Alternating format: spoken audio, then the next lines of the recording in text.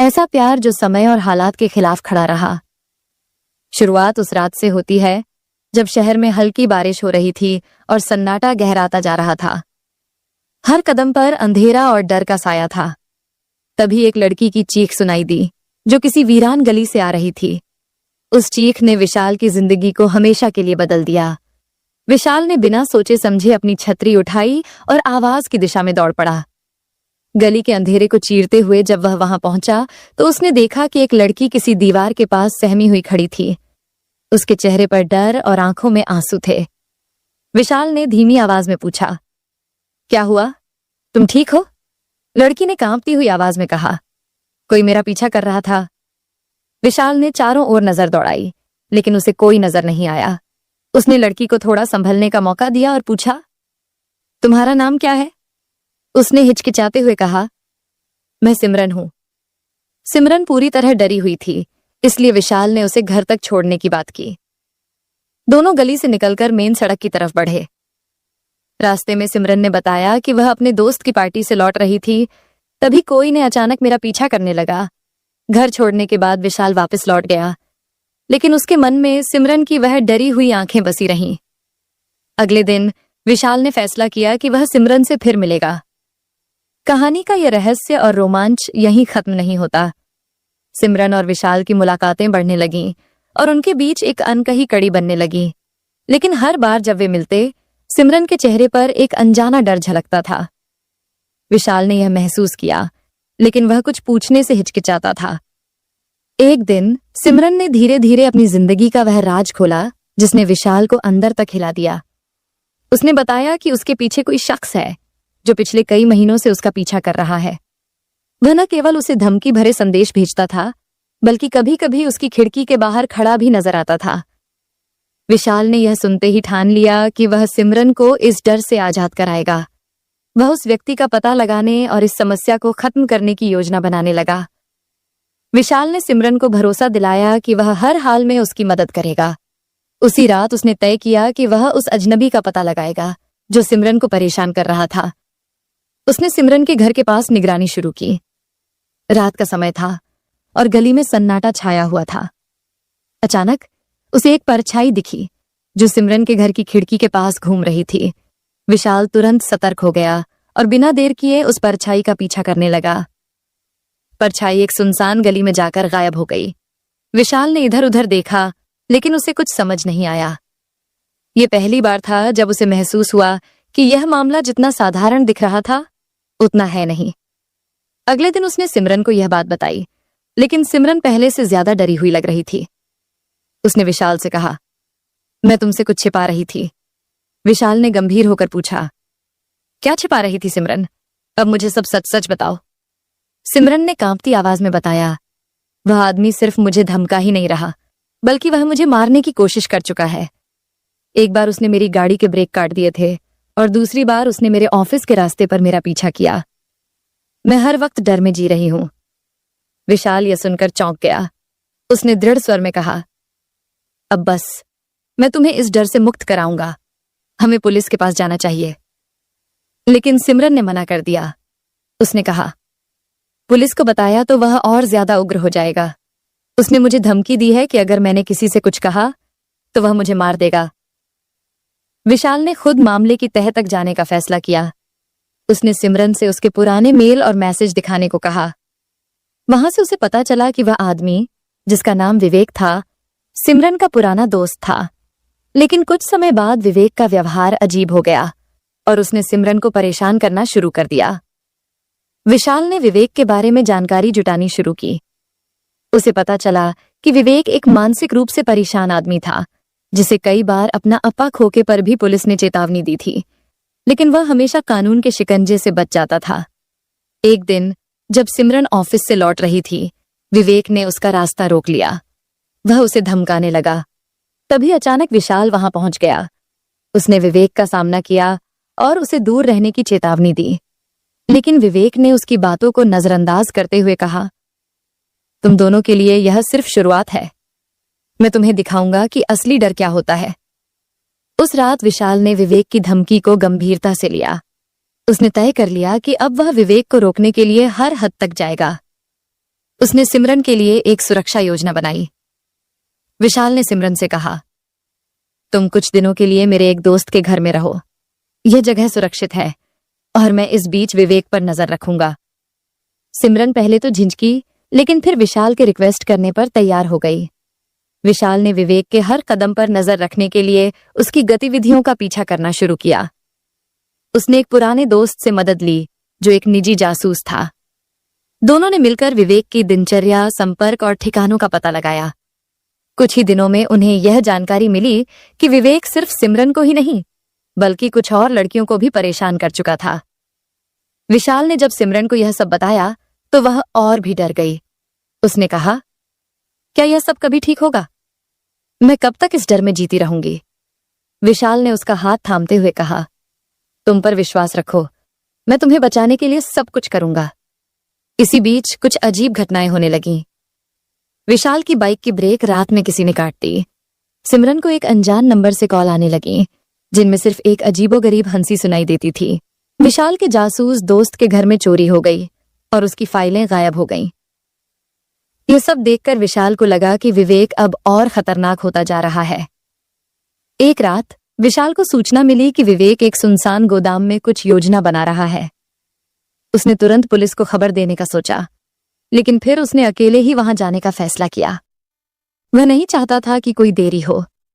उसने सिमरन को अपने दोस्त के घर छोड़ दिया और गोदाम की ओर जाने लगा। गोदाम के अंदर अंधेरा था। विशाल ने धीरे से अंदर कदम रखा। वहां उसे विवेक की आवाज सुनाई दी। वह किसी से फोन पर बात कर रहा था। विवेक कह रहा था, इस बार मैं कोई गलती नहीं करूंगा। सिमरन को हमेशा के लिए खत्म कर दूंगा ताकि वह किसी और की न हो सके। विशाल का गुस्सा 7वें आसमान पर था। उसने विवेक का सामना किया और कहा, अब तुम्हारा खेल खत्म हुआ। विवेक हंसते हुए बोला, क्या तुम अकेले मुझे रोकने आए हो? तुम नहीं जानते मैं कितना खतरनाक हूं। दोनों के बीच एक जबरदस्त लड़ाई हुई। विवेक ने पहले से गोदाम में कुछ इंस्ट्रूमेंट रखे थे, लेकिन विशाल ने अपनी सूझबूझ से उसे मात दी। आखिरकार पुलिस भी मौके पर पहुंच गई। विवेक को गिरफ्तार कर लिया गया। सिमरन और विशाल ने राहत की सांस ली। अब विशाल का डर भी खत्म हो चुका था, लेकिन इस घटना ने उनकी जिंदगी को बदल दिया था। अब वे जानते थे कि प्यार सिर्फ खुशियों का नाम नहीं है, बल्कि यह एक दूसरे के लिए संघर्ष करने और हर मुश्किल से लड़ने का साहस भी देता है। कुछ महीनों बाद विशाल ने सिमरन को एक खूबसूरत जगह पर ले जाकर प्रपोज किया। सिमरन की आंखों में आंसू थे, लेकिन वह खुशी के आंसू थे, और सिमरन ने विशाल का प्यार खुशी खुशी स्वीकार कर लिया। तो दोस्तों, प्यार में सिर्फ रोमांस नहीं होता, बल्कि साथ में खड़ा रहने का वादा, हर मुश्किल का सामना करने का हौसला और एक दूसरे के लिए जीने मरने का जज्बा होना चाहिए। कैसी लगी आपको ये कहानी? कमेंट बॉक्स में जरूर बताएं और इस चैनल को सब्सक्राइब करना ना भूलें। ऐसी मजेदार कहानी के लिए मिलते हैं दोस्तों, जल्दी। आज एक आपको ऐसी मैं नई एक कहानी 22 के साल साथ। के लड़के की कहानी सुनाने जा रही हूँ, जो कि एक सेठ आदमी के यहाँ पर नौकरी करता था। उसके मम्मी पापा इस दुनिया में नहीं है। लड़के की जिंदगी बड़ी परेशानी में चल रही थी। वह सेठ के पास जाता था, रोजाना पैसे कमा करके घर आता और खाना बनाकर खाता, फिर सो जाता। एक दिन उसने देखा कि एक बूढ़ा आदमी अपनी पीठ पर 3 गठरी लेकर एक शहर से दूसरे शहर की ओर जा रहा था। वह आदमी काफी बूढ़े भी थे और काफी देर से वह यूं ही चलकर सफर कर रहे थे, और आखिरकार कुछ दूर और सफर करने के बाद वह चलते चलते थक हार कर एक पेड़ के नीचे बैठ गए। तभी उनकी नजर एक नौजवान लड़के पर पड़ी जो उसी रास्ते से जा रहा था, और वह भी उसी रास्ते में जा रहा था जिस रास्ते में उन बूढ़े आदमी को जाना था। तभी वह लड़का उन बूढ़े आदमी के पास से होकर गुजरा। इस पर वह बूढ़ा आदमी उस लड़के से कहते हैं, सुनो बेटा, क्या तुम मेरी थोड़ी सी सहायता कर सकते हो?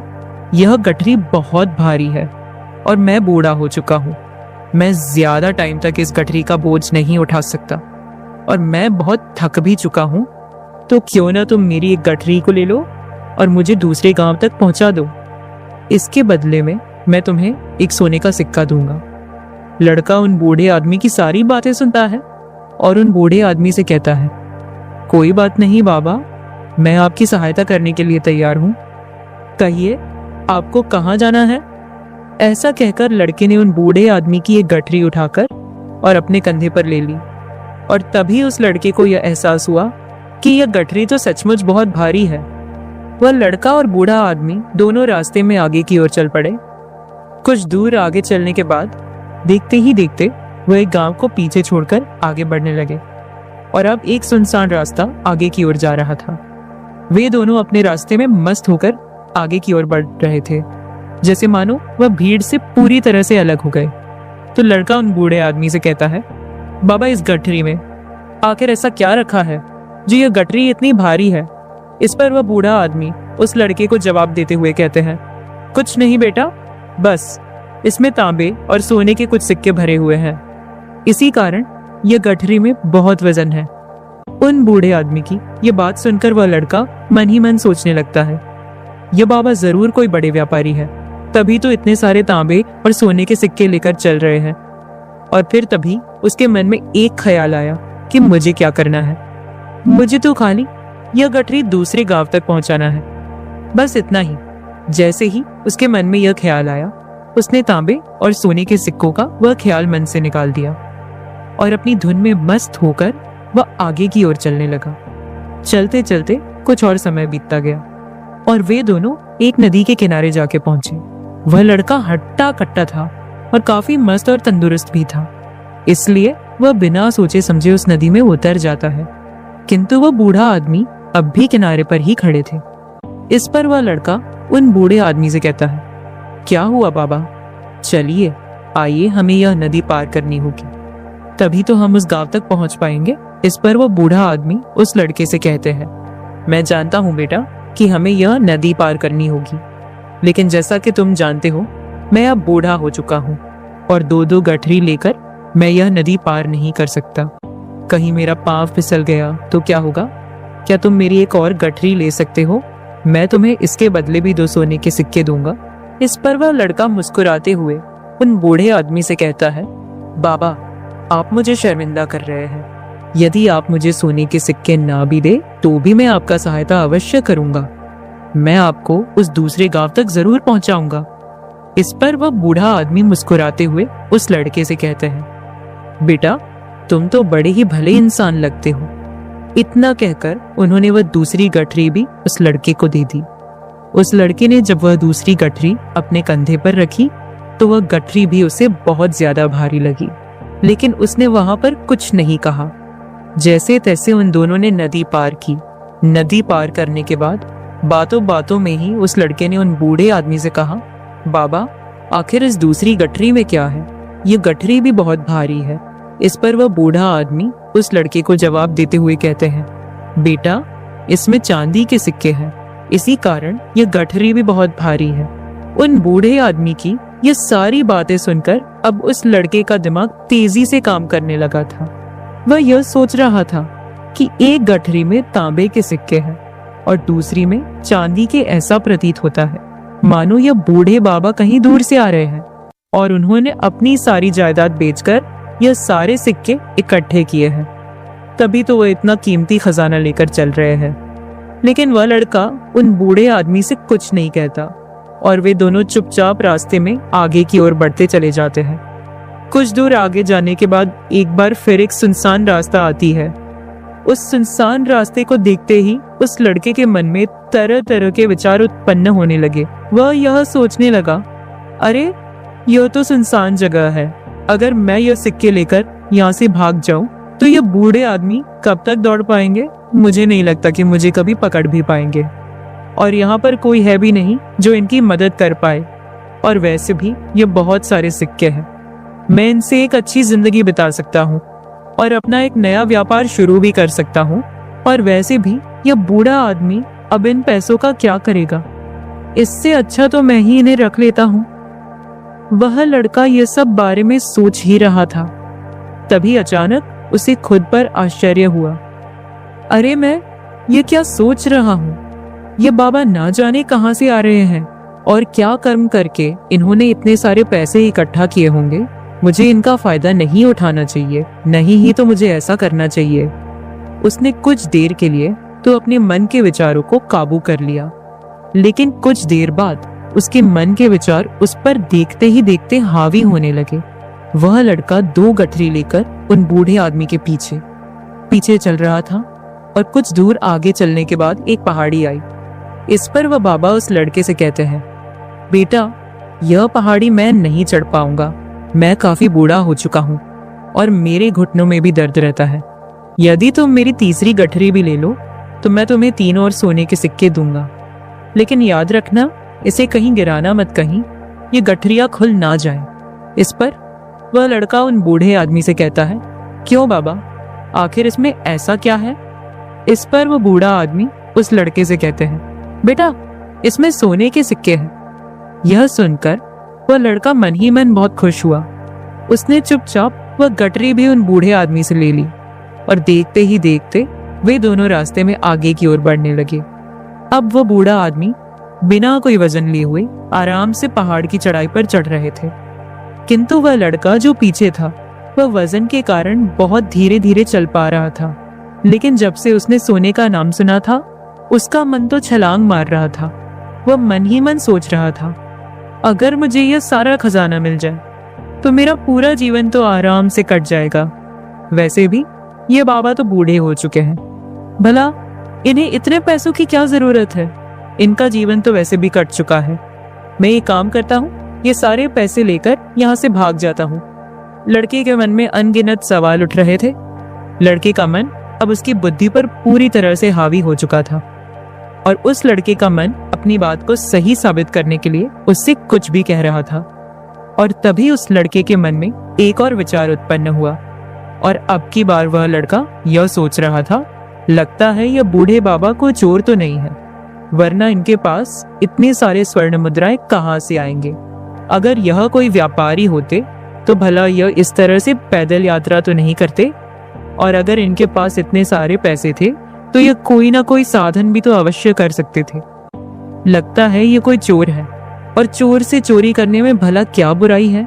यह सोचता हुआ वह लड़का अब उन बूढ़े आदमी से तेजी से आगे की ओर बढ़ रहा था और देखते देखते वह बूढ़े आदमी से आगे भी निकल चुका था। और वह यह सोच रहा था कि जैसे ही इस पहाड़ की ढलान आएगी, मैं 3 गठरियां लेकर भाग जाऊंगा। इससे यह सारे पैसे मेरे हो जाएंगे और मेरी गरीबी भी हमेशा हमेशा के लिए दूर हो जाएगी। मैं जो चाहूंगा मैं वो कर पाऊंगा। मेरे पास बहुत सारा पैसा होगा। और देखते देखते वह दोनों पहाड़ की चोटी पर पहुंच गए और अब ढलान का रास्ता शुरू होने वाला था। तभी वह लड़का उन बूढ़े आदमी से नजरें बचाकर वह 3 गठरियां लेकर भागता हुआ आगे बढ़ गया। अब उसे अपना शरीर बहुत हल्का महसूस हो रहा था, मानो उसे उन 3 गठरी का वजन तक ना मालूम पड़ रहा हो। काफी दूर दौड़ते दौड़ते किसी तरह से वह अपने आप को बचते बचाते अपने घर पहुंचा। उसकी खुशी का कोई ठिकाना नहीं था। उसने सोचा, क्यों ना मैं जल्दी जल्दी इन गठरिया में से वह सारे पैसे निकाल लूं। यह सोचकर जब उसने गठरिया खोली तो पहली गठरी में उसे लोहे से जंग भरे हुए सिक्के मिले। यह देखकर उसे यकीन नहीं हुआ। इस पर उसने फटाफट दूसरी गठरी भी खोल डाली। उसमें भी उसे लोहे के जंग लगे हुए सिक्के ही निकले। यह सब देखकर वह लड़का बड़ा हैरान था। आखिर यह सब क्या हो रहा है? उन बूढ़े बाबा ने तो मुझसे और ही कुछ कहा था। अब उसने वह सोने वाली गठरी खोली और उसमें भी लोहे के जंग लगे हुए सिक्के ही निकले। यह देखकर वो लड़का बड़ा गुस्से हुआ। उसने सोचा, उन बूढ़े बाबा ने मुझसे झूठ क्यों कहा? उन्होंने मुझसे ऐसा क्यों कहा कि एक में तांबे के सिक्के हैं, एक में चांदी के और तीसरे में स्वर्ण मुद्राएं हैं। वह यह सब सोच ही रहा था कि तभी उसकी नजर उस थैले में पड़े एक पत्र पर पड़ी। उसने वह पत्र उठाया और उस पत्र में लिखा था, यह पूरा नाटक ईमानदार व्यक्ति की खोज करने के लिए रचा गया है और मैं इस राज्य का राजा हूँ। मेरी कोई संतान नहीं और इसीलिए मैंने यह षड्यंत्र रचा है ताकि मैं अपने राज्य में किसी एक ऐसे ईमानदार व्यक्ति की खोज कर सकूं जो मेरे बाद इस राज्य का राजा बन सके और इस राज्य भार को संभाल सके। और इस राज्य का भार वही संभाल सकता है जो पूरी तरह से ईमानदार हो, जिसके मन में किसी प्रकार का कोई लालच ना हो। इतना पढ़ते ही वह लड़का जोर जोर से चिल्लाने लगा। वह सर पकड़कर बैठ गया। वह यह जानता था कि यदि वह अपने मन के विचारों पर काबू कर लेता तो उसका जीवन संवर सकता था, लेकिन वह अपने मन के विचारों पर काबू नहीं कर पाया। दोस्तों, महात्मा बुद्ध कहते हैं कि मन ही सब कुछ है। इतना पढ़ते ही वह लड़का जोर जोर से चिल्लाने लगा। वह सर पकड़कर बैठ गया। वह यह जानता था कि यदि वह अपने मन के विचारों पर काबू कर लेता तो उसका जीवन संवर सकता था, लेकिन वह अपने मन के विचारों पर काबू नहीं कर पाया। दोस्तों, आप जो सोचते हैं वही बनते हैं। इसलिए आपका सबसे बड़ा दुश्मन भी आपको उतना नुकसान नहीं पहुंचा सकता जितना कि आपके मन के या अनियंत्रित विचार पहुंचा सकते हैं। सच कहते हैं, अपने भीतर ध्यान से देखो। हमारे भीतर जो विचार चल रहे हैं वही विचार शब्द बनते हैं और शब्द कर्म के रूप में प्रकट होते हैं। बार बार दोहराने पर कर्म बर्ताव में बदलता है और धीरे धीरे समय के साथ बर्ताव चरित्र में परिवर्तित हो जाता है और यही चरित्र हमारे भाग्य का निर्माण भी करता है। इसलिए हमें हमेशा अपने विचारों के प्रति सजग होना बहुत आवश्यक है। हमें जागरूक होना बहुत आवश्यक है। हमें यह जानना जरूरी है कि हमारे मन में किस प्रकार के विचार आ रहे हैं। कमजोरी हमेशा छोटे विचार से शुरू होती है। यह एक बीज के रूप में होती है और यदि इस बीज को नष्ट न किया जाए तो यह छोटा सा विचार बहुत जल्द ही एक विशाल वृक्ष का रूप ले लेता है और हमारी बुद्धि की सोचने और समझने की क्षमता को पूरी तरह से नष्ट कर देता है। जिस प्रकार आपने इस कहानी में देखा किस प्रकार उस जवान लड़के का मन उस पर हावी हो चुका था और उसकी सही और गलत सोचने की क्षमता पूरी तरह से नष्ट हो चुकी थी, जिस कारण वह यह समझ नहीं पाया कि उसे क्या करना चाहिए और उसके लालच ने उसके भीतर इतनी ऊर्जा भर दी कि वह तीनों गठरी उठाकर इतनी तेजी से वहां से भागता आगे भी बढ़ गया। इसीलिए जब आपके मन में पहली बार कोई गलत विचार उत्पन्न हो तभी उसे जड़ से उखाड़ देना चाहिए, अन्यथा वह विशाल वृक्ष का रूप लेगा और आपको किसी न किसी गलत राह पर वह धकेल ही देगा है। आप चाहकर भी उसे रोक नहीं पाएंगे। लेकिन अब आपके मन में यह प्रश्न उठ रहा होगा कि हम भला अपने मन के विचारों को कैसे नियंत्रित करें। हमारा मन तो इतना चंचल है, वह इतना शक्तिशाली है कि वह हम पर हावी हो ही जाता है। हम चाहकर भी उस पर नियंत्रण नहीं कर पाते। इसका जवाब में हमें दो बातें समझनी चाहिए। पहली बात, सही इरादा विकसित करो। कई बार आपने देखा होगा कि आपके मन में कुछ और होता है किंतु आप कहते कुछ और है, क्योंकि आपके मन के भीतर जो कुछ बसा है वही आपके मुख से बाहर भी निकल रहा है। लेकिन जब हमसे वह गलती हो जाती है तो उसके बाद हमारा मस्तिष्क अच्छी तरह से काम करना शुरू कर देता है। हमारे सोचने और समझने की क्षमता एक बार फिर से जागृत हो जाती है और ऐसी अवस्था में हमें यह एहसास होता है कि हमसे गलती हो गई है और फिर हमारा मन दुखी हो जाता है, हमारा मन अफसोस से भर जाता है और इस भारीपन और दुख से बचने के लिए हमें सही इरादा विकसित करने के लिए कहते हैं। इसके लिए जब भी आप कोई कार्य करने जा रहे हो तो सबसे पहले आपको को यह खुद से पूछना चाहिए कि जो कुछ भी मैं करने जा रहा हूँ इसके पीछे मेरा इरादा क्या है। क्या मैं दूसरों को दुख पहुंचाना चाहता हूँ या दूसरों को नीचा दिखाने जा रहा हूँ या मुझे खुद को ऊपर उठाना है। खुद से सवाल कीजिए, खुद को जागृत कीजिए। जब आप इरादों के प्रति सचेत होने लगेंगे, जब आप विचारों के प्रति सजग होने लगेंगे, तभी आपके भीतर सकारात्मक ऊर्जा का प्रवाह होगा। तभी आप सकारात्मक इरादों से जुड़ने लगेंगे और आपके मन के भीतर बसी हुई नकारात्मक ऊर्जा और नकारात्मक इरादे दिन ब दिन कम होने लगेंगे। परंतु याद रहे, आपको यह हर रोज करना होगा और आपको यह हमेशा ध्यान रखना होगा कि आपको केवल अच्छा सोचना है। आपके इरादे हमेशा अच्छे होने चाहिए, तभी आप दुख और तकलीफों से बच सकते हैं। अन्यथा आप इसी तरह से दुख और तकलीफों में घिरे ही रहेंगे और आप कभी इससे निकल नहीं पाएंगे। दूसरी बात, मन के प्रति सजगता विकसित करो, जिससे आपका मन देखता देखते शांत होगा और आपके मन के भीतर बसी हुई वह नकारात्मक ऊर्जा, नकारात्मक विचार खत्म होने लगेंगे और आप शांति की ओर आगे बढ़ेंगे। और आपको इसके लिए बस इतना ही करना है कि इस पल में जो कुछ भी हो रहा है आपकी आंखों के सामने, आपके भीतर जो कुछ भी जैसा चल रहा है, बस उसे देखते रहना है। अपने मन के अच्छे बुरे विचार, अपनी भावनाएं और अपनी यादों पर बिना प्रतिक्रिया दिए उन्हें केवल देखते रहना है, जिससे आप मन के सारे विचार देखते ही खत्म होने लगेंगे। आपका मन खाली होने लगेगा और आप नकारात्मक विचारों से ना सोच से बच सकते हैं और आप इन दुख और तकलीफों से भी दूर रह सकते हैं। इसीलिए स्वयं को देखना है, वही सबसे बड़ा तपस्वी है। अर्थात जो अपने मन में चल रहे उन विचारों को बिना प्रतिक्रिया दिए हुए केवल देखता है और उन पर कोई भी प्रतिक्रिया नहीं करता, बस उन्हें देखता और समझता है। वास्तविकता में वही मन पर नियंत्रण भी कर सकता है और वही अपना जीवन सुखी और खुशहाली तौर पर जी सकता है।